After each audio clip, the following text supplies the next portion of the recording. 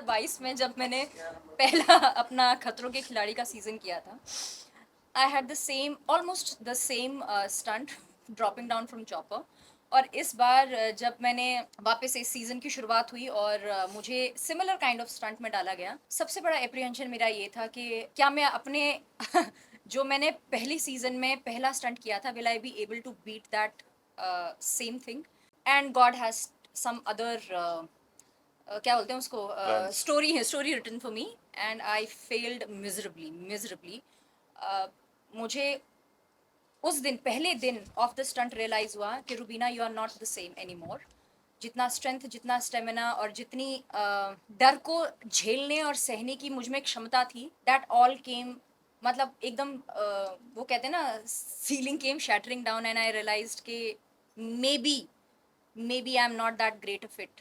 और वो पहला दिन जो मुझे रियलाइज हुआ, I think I have not taken the right step, because जो unconscious that I fell there, and I was taken in the ambulance, all of that shore and that complete silence, I realized to myself maybe I've done a mistake. और उसके बाद जो हुआ है, that all of you and me of course will see. फिर भी जीत गई। No, but you're stronger. That was just the beginning. That's why you felt that. After that, you were very strong. in this. मुझे genuinely जब मेरा पहला drop पानी में गिरा ना, and I told you also that pressure that worked, and you said you should never close your nose, and I realized that maybe I've done a mistake, I shouldn't have done this. But the first stunt really gave me a reality check that maybe I'm not that strong anymore. But एक जो चीज़ पूरे season में मेरे साथ रही है, वो रही है grit, that I still wanted to challenge, I still wanted to continue, I still wanted to prove to myself that after becoming a mother also, I have so much within me that I can always shape and rebuild myself. So I think the first stunt was a lesson to me. फिर देखते हैं गलती कैसे But कैसे वो आगे शुरुआत बढ़ी थी, ठीक-ठाक। इसीलिए ना, वार्म ना, अप ना, के ना। बाद तो रुबीना ने क्या किया है उसके बाद तो ठीक ठाक कर लिया आपने।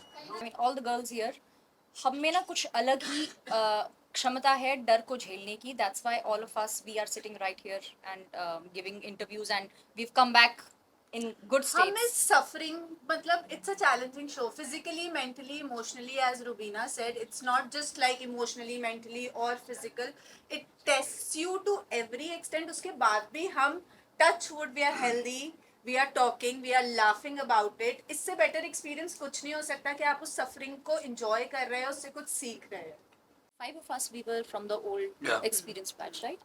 We'll agree to this कि जितना हम experience बाकी shows में नहीं कर सकते हैं, उतना mind, body and resistance of our physical ability वो शायद सिर्फ यही show हमें दे सकता है.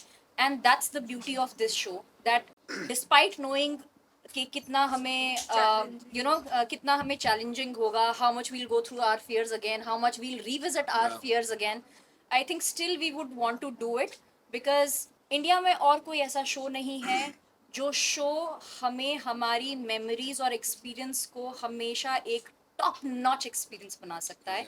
इसीलिए हर कंटेस्टेंट, अगर उसे मौका दिया जाएगा, मुझे नहीं लगता कोई मना करेगा. हम सब डरे हुए होते हैं, हम सब डरे हुए थे, हम सबको ऐसा लग रहा था कि अब क्या करेंगे, कैसे करेंगे. इनफैक्ट जो हम पुराने बैच वाले, नए बैच वाले तो ये सोचते थे अरे इन्होंने तो किया है, इनके लिए क्या है, it is going to be easy or they are experienced. But trust me, एक बार जब आप डर का सामना वापस से करते हैं ना, that डर actually gives you another perspective of how to handle and how to tackle it.